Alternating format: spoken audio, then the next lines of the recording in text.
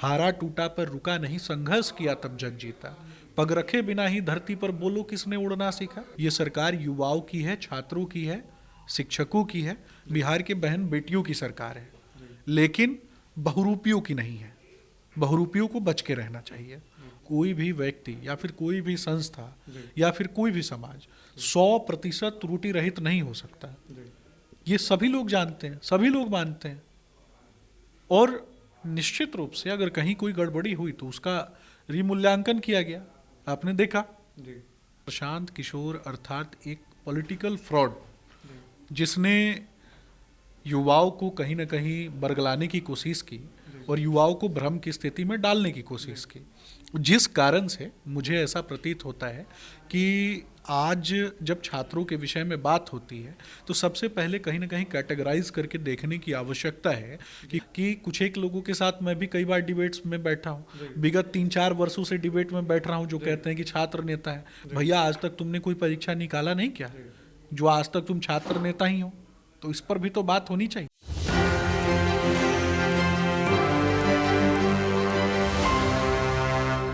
नमस्कार, एक न्यूज़ 24 देख रहे हैं आप और मैं हूं आपके साथ सितेश सिंह। आपको बता दें कि बीपीएससी की 70वीं परीक्षा 13 दिसंबर को आयोजित की गई थी। पटना के सबसे बड़े सेंटर यानी बापू सेंटर के परीक्षा पे प्रश्न पत्र का लीक का मामला सामने आया, जिसके बाद में आयोग ने मामले को संज्ञान में लिया। संज्ञान में लेने के बाद उस परीक्षा सेंटर को रद्द कर दिया और उसे पुनः परीक्षा कराने की भी बात कही। परीक्षा भी हो गया, आंसर की भी जारी हो गया है। इसी बीच राजनीतिक पार्टियों ने अपना अपना दांवपेच आजमाया, लेकिन लिहाजा नतीजा ये निकला कि आयोग ने इस मामले को संज्ञान में लिया ही नहीं।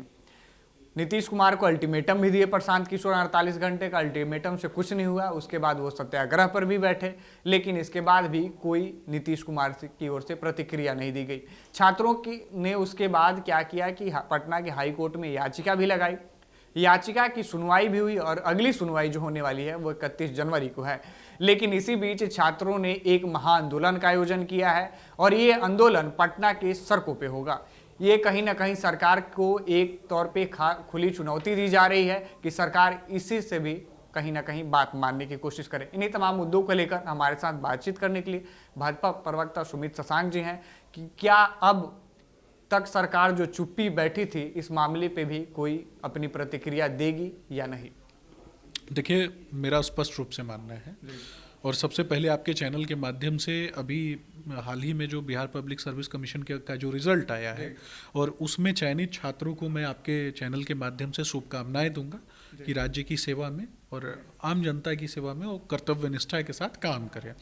अब रही बात आपने जो विषय उठाया, मैं स्पष्ट रूप से बताना चाहता हूँ, प्रशांत किशोर अर्थात एक पॉलिटिकल फ्रॉड, जिसने युवाओं को कहीं ना कहीं बरगलाने की कोशिश की और युवाओं को भ्रम की स्थिति में डालने की कोशिश की, जिस कारण से मुझे ऐसा प्रतीत होता है कि आज जब छात्रों के विषय में बात होती है तो सबसे पहले कहीं ना कहीं कैटेगराइज करके देखने की आवश्यकता है कि कौन छात्र है और कौन तथाकथित छात्र है। कौन छात्रों के बेस में बहुरूपियों को कहीं ना कहीं प्रश्रय दिया जा रहा है, तो वैसे लोगों से बचना है।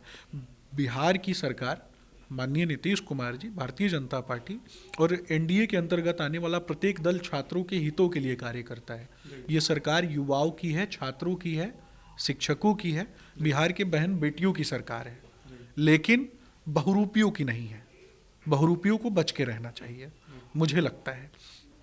और अगर कुछ एक छात्रों को बरगलाने की कोशिश अगर प्रशांत किशोर कर रहे हैं, फंसाने की कोशिश कर रहे हैं, तो निश्चित रूप से मुझे लगता है कि वैसे लोगों को और पढ़ने की आवश्यकता है।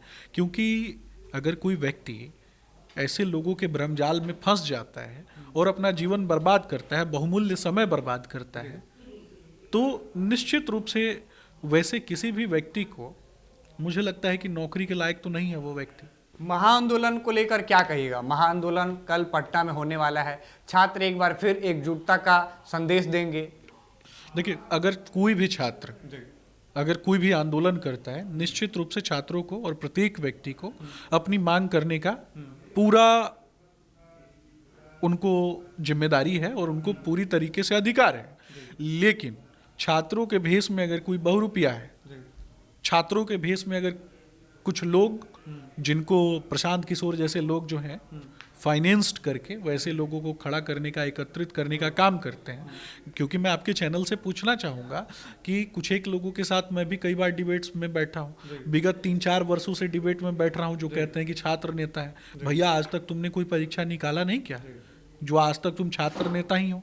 तो इस पर भी तो बात होनी चाहिए। प्रशांत किशोर जी ने तो कहा था कि ये जो तथाकथित जो धरना कर रहे थे वो, और आपने देखा कि किस तरीके से अगर कोई बच्चा अगर छात्र था वहाँ तो उसको जा करके किस तरीके से कह रहे थे कि तुम चुप रहो, तुमको तो कंबल दिया है।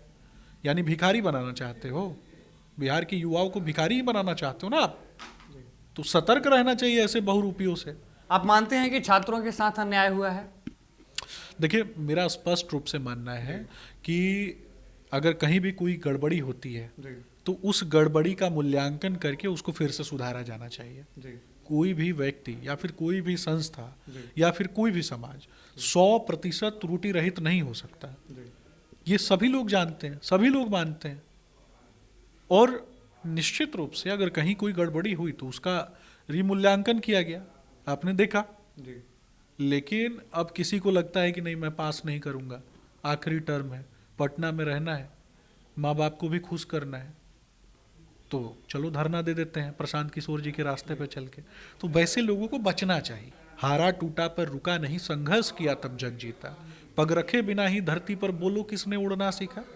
तो ये प्रशांत किशोर छात्रों को जो बरगलाने की कोशिश करते हैं, फंसाने की कोशिश करते हैं, और उनके नेता तो खुश होंगे। मैं इतनी देर उनका नाम ले रहा हूँ, भारतीय जनता पार्टी का प्रवक्ता नाम ले रहा है उस व्यक्ति का जिसकी कोई राजनीतिक हैसियत नहीं है बिहार में।